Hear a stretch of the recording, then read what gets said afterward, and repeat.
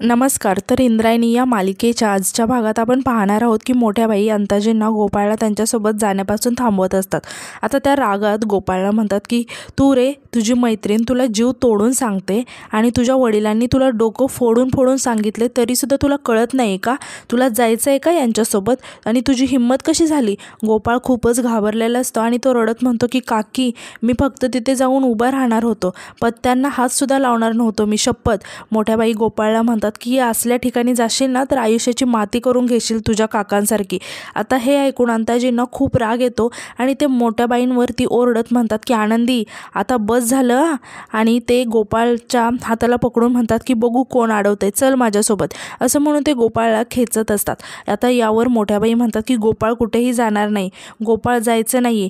यावर अंताजी म्हणत असतात की नाही, मी घेऊन जाणार. मोठ्याबाई चिडून म्हणतात की तुम्ही हात सोडा आधी. आणि त्या गोपाळला विचारतात की तुला जायचं आहे का?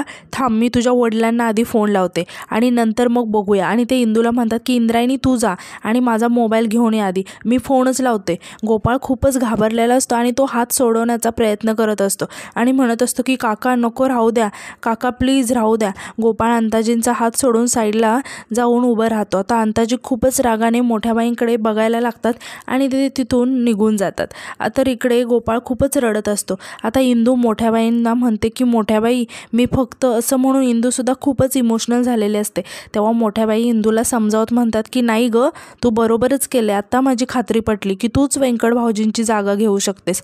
आता यानंतर आपण पाहतो की मंदिरात आप्पा, बाळंभट, माले मास्तर बोलत असतात. तेव्हा आप्पा सांगतात की एकादशी निमित्ताने आपण इंदूचं कीर्तन ठेवतो, हे शकुंतला वहिनीच्या कानावर घातलंच पाहिजे. यावर बाळंभट म्हणतात की आप्पा, मी काय म्हणतो, आपण शकुंतला वहिनीला विचारू, पण त्याआधी एकदा व्यंकट महाराजांना सुद्धा विचारलं पाहिजे. तेव्हा माले मास्तर म्हणतात की अहो बाळंभट, मी स्वतः फोन केलेला व्यंकट महाराजांना, त्यांचा फोनच लागत नाही आहे. तेव्हाच तिथे शकुंतला येते आणि सगळ्यांना रामकृष्ण हरी करून विठुरायांचं दर्शन घ्यायला लागते. आता त्यावेळेस बाळंभट म्हणतात की वहिनी आल्या आहेत तर बोलून घ्या ना त्यांच्यासोबत. आता आप्पा शकुंतलाला म्हणतात की वहिनी, बरं झालं आलात तुम्ही, थोडंसं बोलायचं आहे तुमच्यासोबत. आता शकुंतला म्हणते की बोला ना, काय झालं? की अहो ती मंदिर कमिटीची बैठक झाली, त्यावर सर्वानुमते असं ठरलं की एकादशीनिमित्त इंदूचं कीर्तन ठेवायचं आहे, तर तुमची काही हरकत नाही ना याला? यावर शकुंतला म्हणते की आप्पा, अहो कमिटीच्या निर्णयात बोलणारी मी कोण आहे? इंदू कीर्तन करते ही चांगलीच गोष्ट आहे, पण मला असं वाटतं की एकदा तुम्ही यांच्याशी बोलून घेता का? तितक्यात व्यंकू महाराजांचा शकुंतलाला फोन येतो. तेव्हा शकुंतला म्हणते की अगं बाई, यांचाच फोन आला आहे, थांबा. आता शकुंतला व्यंकू महाराजांचा फोन घेते. आता व्यंकू महाराज शकुंतलाला विचारतात की काय गं, तू मला फोन करत होतीस का? शकुंतला म्हणते की अहो केव्हाचा फोन लावते, तुमचा फोनच लागत नव्हता. तेव्हा व्यंकू महाराज सांगतात की हा भाग जरा दुर्गम आहे ना, त्यामुळे रेंजचा प्रॉब्लेम आहे, बोला काय काम आहे? तेव्हा शकुंतला सांगते की मी मंदिरात आले होते, तर इथे आपली सगळी मंडळी जमलेत आणि त्यांचं असं म्हणणं आहे की या एकादशीला इंदूचं कीर्तन ठेवावं मंदिरात. हे ऐकून व्यंकू महाराज आश्चर्याने विचारतात की काय? आणि म्हणतात की अगं पण माझं बोलणं झालं होतं सरपंचाशी. आणि म्हणतात की तू फोन दे बघू त्यांच्याकडे आधी. तेव्हा शकुंतला आप्पांकडे फोन देते. आता व्यंकू महाराज आप्पांना विचारतात की अहो माझं बोलणं झालं होतं की यावर सोलापूरच्या साळगावकर महाराजांचं कीर्तन होईल म्हणून, आणि माझं तसं बोलणंसुद्धा झालं त्यांच्याशी. यावर आप्पा म्हणतात की हो बरोबर आहे महाराज, पण इकडे सर्वानुमते मीटिंगमध्ये असं ठरलं होतं की गावामध्ये कीर्तनकार असताना बाहेरचा कीर्तनकार कशाला बोलवायचा, आणि बाहेरून कीर्तनकार बोलवायचा म्हणजे त्याला फुलाची पाकळी द्यावी लागणार, आणि मंदिर कमिटीकडे निधी काय आहे ही परिस्थिती आपल्याला माहीतच आहे, चालेल ना? यावर व्यंकू महाराज काहीच बोलत नाही. आता आप्पा म्हणतात की तुम्ही काळजी करू नका व्यंकू महाराज, हवं तर तुमच्या वतीने मी साळगावकर महाराजांशी बोलतो ना. आता व्यंकू महाराज मात्र काहीच न बोलता आप्पांचं बोलणं ऐकत असतात आणि आप्पा व्यंकू महाराजांना विचारतात की महाराज काही हरकत नाही ना तुमची, करूया ना इंदूचं कीर्तन? व्यंकू महाराज मात्र काहीच न बोलता फोन ठेवून देतात. इकडे आप्पा हॅलो हॅलो करत असतात. तेव्हा माले मास्तर म्हणतात की आप्पा अहो रेंज गेली असेल त्यांची. आता आप्पा शकुंतला जवळ फोन देतात आणि तिथून शकुंतला निघून जाते. तर दुसरीकडे आपण पाहतो की गोपाळ खूपच रडत असतो आणि त्याला आठवत असते की अंताजी त्याला म्हणत असतात की अभ्यास कसा चालू आहे तुझा, व्यवस्थित करा, आपल्या खानदानाचं नाव मोठं झालं पाहिजे. आणि गोपाळ अंताजींना म्हणत असतो की एकटाच जाणार का, लकी मॅस्कॉटला नाही घेऊन जाणार का तुझ्यासोबत? यावर अंताजी गोपाळला म्हणाले होते की तुझ्या बाबांना वचन दिलं आहे ना की यापुढे पत्त्यांना हातसुद्धा नाही लावणार. हे आठवून गोपाळला खूपच वाईट वाटत असतं आणि त्याला हे सुद्धा आठवत असतं की इंदूने अंताजीसोबत कसा वाद घातलेला असतो की मी नाही जाऊ देणार तुमच्यासोबत त्याला. आणि तितक्यात मोठ्या बाई येऊन अंताजीवरती ओरडलेले असतात आणि गोपाळला म्हणाले होते की तुला तुझ्या वडिलांपेक्षा तुझा जुगारी काका महत्त्वाचा वाटायला लागलाय का. आता हे सगळं आठवून गोपाळ खूपच रडत असतो. आता तितक्यात तिथे इंदू येते आणि गोपाळजवळ येऊन त्याला विचारते की गोपाळ तू चिडलायस का माझ्यावर. आता इंदूचा आवाज ऐकून गोपाळला खूपच राग येतो. आता इंदू म्हणते की जे मी सांगितलं ते चुकीचं सांगितलंय का. जर हे व्यंकू महाराजांना कळलं असतं तर. तेव्हा गोपाळ खूपच रागाने इंदूकडे बघायला लागतो आणि रागात तिथून उठून दुसरीकडे जाऊन उभं राहतो. हे बघून इंदूला खूप वाईट वाटतं. आता इंदू घाबरत गोपाळजवळ येते. तेव्हा गोपाळ अजून रागाने इंदूकडे बघायला लागतो. तर दुसरीकडे आपण पाहतो की व्यंकू महाराजसुद्धा खूपच टेन्शनमध्ये असतात आणि त्यांना आठवत असतं की शकुंतला त्यांना फोनवरती म्हणाली होती की त्यांचं असं म्हणणं आहे की या एकादशीला इंदूचं कीर्तन ठेवावं. आणि आप्पासुद्धा म्हणाले की इकडे सर्वानुमते असं ठरले की गावामध्ये कीर्तनकार असताना बाहेरचा कीर्तनकार कशाला बोलवायचा आणि बाहेरून कीर्तनकार बोलवायचा म्हणजे त्याला फुल ना फुलाची पाकळी तर द्यावीच लागेल. आता हे सगळं आठवून व्यंकू महाराज खूपच अस्वस्थ झालेले असतात. व्यंकू महाराज स्वतःशीच म्हणतात की हे जे चाललं आहे ना ते अतिशय चुकीचं आहे आणि मला अजिबात पटत नाही. इंदूने कीर्तन करावं का नाही. चांगलंच कीर्तन करते ती. माझी शिष्य आहे ती. कोणत्या गुरुला वाटत नाही की आपल्या शिष्याचं नाव व्हावं आणि पुढच्या पिढीमध्ये कीर्तनामध्ये रस असणारी इंदू ही एकमेव मुलगी आहे. मला काही वाईट वाटणार आहे का तिची प्रगती बघून. पण ही ती वेळ नाही आहे. इंदू अजून लहान आहे. ते विठुरायाजवळ जाऊन म्हणतात की विठुराया एका प्रतिष्ठित कीर्तनकारांचे कीर्तन रद्द करून इंदूचं कीर्तन ठेवलं जातं आहे. एवढी पण मोठी नाही झाली आहे ती अजून लहान आहे. तिला बरंच काही शिकायचं आहे.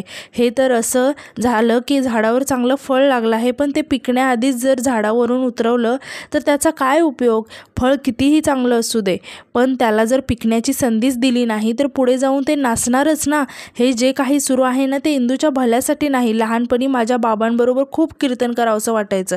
त्यांच्याबरोबर मी कीर्तनाला जायचो. कीर्तनाला उभा राहायचो. त्यावेळी मला बाबा म्हणायचे व्यंकट बाळा प्रत्येक गोष्टीची वेळ यावी लागते. त्यावेळी मला बाबांच्या बोलण्याचा अर्थ नाही कळला. पण आज जेव्हा मी त्यांच्या जागी येऊन उभा राहिलोय तेव्हा समजलं की बाबांना नक्की काय म्हणायचं होतं. कितीही कठोर वाटला तरी इंदूबाबतचा निर्णय मला घ्यावाच लागणार आहे आणि मी तो घेणार आणि या निर्णयाचा विठुराया तू साक्षीदार आहेस. आता दुसऱ्या दिवशी सकाळी आपण पाहतो की अंताजींना तहान लागते आणि त्यांना अचानक जाग येते. आता ते पाणी पिण्यासाठी तांब्या घेतात पण तांब्यामध्ये पाणी नसतं. ते चिरून मोठ्या बाईंना म्हणतात की हे काय शोसाठी ठेवलं आहे का. पाणी नाही याच्यात असं म्हणून ते रागाने तांब्या फेकून देतात. आता तेव्हा मोठ्या बाई तिथे येतात आणि तो पडलेल्या तांब्या उचलतात आणि ते त्या तांब्याकडे बघत म्हणतात की ओरडू नका. इथे माझ्याशिवाय तुमचं ऐकणारं दुसरं कोणीसुद्धा नाही. एरवी तांब्यामध्ये पाणी असतं. आज रिकामा आहे तर अख्खं घर डोक्यावर घेणार का तुम्ही. अंताजी ओरडून म्हणतात की आवाज नको चढवू. आधीच डोकं फिरलंय आपलं. मोठ्याबाई म्हणतात की जागेवर कधी असतं. त्याच्यामुळे तर गादी गेली मान गेला सगळं गेलं ते त्याच्यामुळेच. अंताजी रागाने म्हणतात की तेच परत बोलू नका मुस्काड फोडेन. आता मोठ्याबाईंना खूप राग येतो आणि त्या म्हणतात की फोडा मारा तुमच्या फायद्यासाठीच बोलत असते मी. आता अंताजी चिडत म्हणतात की कोणत्या फायद्याचा गुळ माझ्या कोपऱ्याला लावतेस आणि असं म्हणून रागाने ते तिथून उठून बाजूला जाऊन उभं राहतात आणि म्हणतात की काल टेबल फिरला आणि आज 1000 रुपये घेऊन परत आलो तुझ्यामुळे. मोठ्याबाई विचारतात की कितीचा टेबल होता. 1000 1500 जास्तीत जास्त 5000 आणि म्हणतात की हे असं थोड्या पैशांमध्ये खेळणारा नवरा नको आहे मला. लाखांमध्ये खेळणारा नवरा पाहिजे. अंताजी म्हणतात की डोकं ठिकाणावर आहे ना तुझं. तब्येत बरी आहे ना तुझी. आता मोठ्याबाई म्हणतात की तब्येत बरी आहे माझी. तुम्हाला काय वाटलं मी त्या इंदूची बाजू घेतली म्हणून तुम्ही तुमच्या लकी गोपाळला तुमच्यासोबत घेऊन नाही जाऊ शकला. राग आला ना माझा. पण खरं सांगू का आपला लकी मॅस्कॉट तो इंद्रायणी आहे. इंद्रायणी तिला जिंकायचं आहे. हे ऐकून अंताजी खूप आश्चर्याने मोठ्याबाईंकडे बघायला लागतात. तर दुसरीकडे आपण पाहतो की गावातील लोक बोलत असतात. आता बाळंभट म्हणतात की या एकादशीला इंद्रायणीचे कीर्तन ही बेस्ट आयडिया दिली आहे बघा मोठ्याबाईंनी. आप्पा म्हणतात की अहो मग दिग्रजकरांच्या गादीचा आशीर्वाद आहे आपल्या इंद्रायणीला. बाळंभट थोडेसे इमोशनल होत म्हणतात की आज जर पोरीचे मायबाप असते तर पोरीने पांग फेडलं म्हणून त्यांच्या डोळ्यात आनंद अश्रू आले असते. आता महाले मास्तर म्हणतात की अहो मायबाप नसले म्हणून काय झालं. दत्तोबा आहेत ना वडिलांच्या जागी. तितक्यात त्यांना दत्तोबा तिथून जाताना दिसतात. आता बाळंभट त्यांना आवाज देऊन बोलावून घेतात. मग सर्वजण त्यांना रामकृष्ण हरी असं म्हणतात. त्या बाळंभट बाळंभट म्हणतात की अहो तुम्हाला एका आनंदाची बातमी द्यायची आहे। दत्तोबा विचारतात की बोला काय झालं। आप्पा म्हणतात की अहो काय झालं काय विचारता, हे बघा बोर्डवर, असं म्हणून ते दत्तोबांना बोर्ड दाखवतात। माले मास्तर सांगतात की अहो यावर्षी एकादशीला व्यंको महाराजांची जागा आपली इंदू घेणार आहे। दत्तोबा बोर्ड वाचतात, त्यावर इंदूच्या कीर्तनाची वेळ ठिकाण वगैरे लिहिलेलं असतं। आता बाळंभट म्हणतात की आपली इंदूच कीर्तन करणार आहे। दत्तोबा खुश होऊन म्हणतात की वा, ही तर विठुरायाची कृपा आहे आणि व्यंको महाराजांचा आशीर्वादच म्हणावा लागेल। तितक्यात आप्पांना व्यंको महाराजांचा फोन येतो। आप्पा फोन उचलतात आणि म्हणतात की बोला व्यंकट महाराज, रामकृष्ण हरी। आता व्यंको महाराज म्हणतात की आप्पा मी येताना तुम्हाला सांगितलं होतं की कीर्तन साळगावकर महाराजांचं होईल। आप्पा म्हणतात की पण मीटिंगमध्ये तर ठरलं होतं की सर्वानुमते इंदू कीर्तन करणार आहे म्हणून।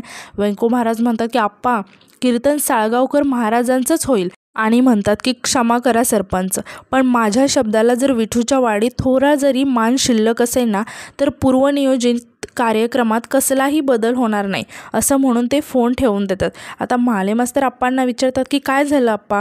नंतर रात्री आपण पाहतो की इंदू चिवडा खात बसलेले असते।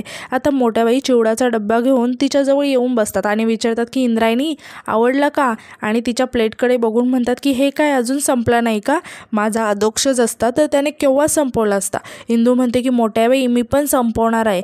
नारायणी आणि शकुंतला इंदू आणि मोठ्याबाईंकडे कौतुकाने बघत असतात। आता मोठ्याबाई मनातच म्हणतात की धम्मक लाडू आणि चापटफोळी खायची लायकी आहे तुझी, आणि तरीही तुला मला हा चिवडा खायला घालावा लागतोय।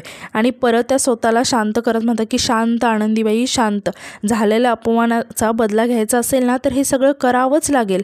आणि त्या इंदूकडे बघत असतात आणि आजचा भाग इथे संपतो। धन्यवाद।